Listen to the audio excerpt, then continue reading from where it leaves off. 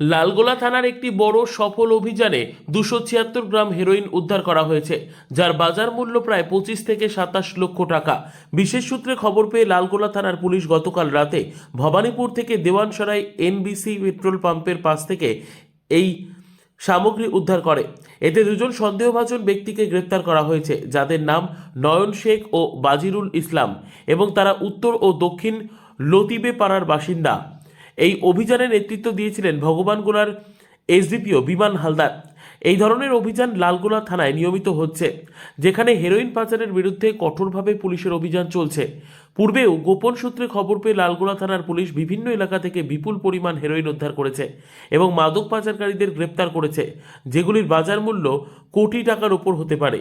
Police জানিয়েছে, এই এলাকার মাদক পাচারকারী চক্রের বিরুদ্ধে অভিযান অব্যাহত থাকবে এবং ধৃতদের জিজ্ঞাসাবাদের মাধ্যমে মাদক চক্রের বড় স্তরের তথ্য সংগ্রহের চেষ্টা চলছে। এলাকাবাসীর দাবি, মাদক ব্যবসাকে নিয়ন্ত্রণে রাখতে এবং পুনরায় মাদক কারবার যেন মাথা তুলতে না পারে, সেই জন্য পুলিশের কঠোর নজরদারি জরুরি। আজকে লালগোলা থানা একটা বিশ্বস্ত সূত্রে খবর পেয়ে একটা অভিযান চালায় এবং দুজন সন্দেহভাজন ব্যক্তি, একজনের নাম নয়ন শেখ আর একজনের নাম বাসিরুল ইসলাম, দুজনের বাড়ি যথাক্রমে উত্তর এবং দক্ষিণ লতিবের পাড়া। ওদেরকে এই ভবানীপুর টু দেওয়ানসরাই এনবিসি পেট্রোল পাম্পের পাশে এই জায়গাতে ইন্টারসেপ্ট করা হয় এবং ওদের পজিশন থেকে 267 গ্রাম হিরোইন উদ্ধার হয়। এর বাজার মূল্য কত? এর বাজার মূল্য 25 থেকে 27 লক্ষ টাকা। রিমান্ডে কত নেবেন?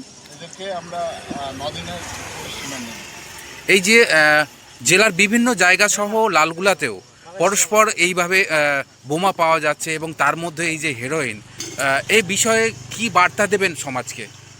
এটা মানে আমাদের যে এসপি স্যারের নেতৃত্বে যে আমাদের পুলিশিং চলছে মুর্শিদাবাদ জেলা জুড়ে, তারই নিদর্শন। আমরা দিনরাত স্যারের পরিচালনায় আমরা অ্যাক্টিভ আছি। আমরা বম, ফায়ার আর্মস এবং বিভিন্ন এনডিপিএস যেগুলো সমাজের ক্ষতি করে সেগুলো আমরা উদ্ধার করছি এবং আগামী দিনে এটা করতে চাইব। সবাইকে বলবো, আপনারা আমাদেরকে ইনফরমেশান দিন, পুলিশের সাথে থাকুন, পুলিশের পাশে থাকুন।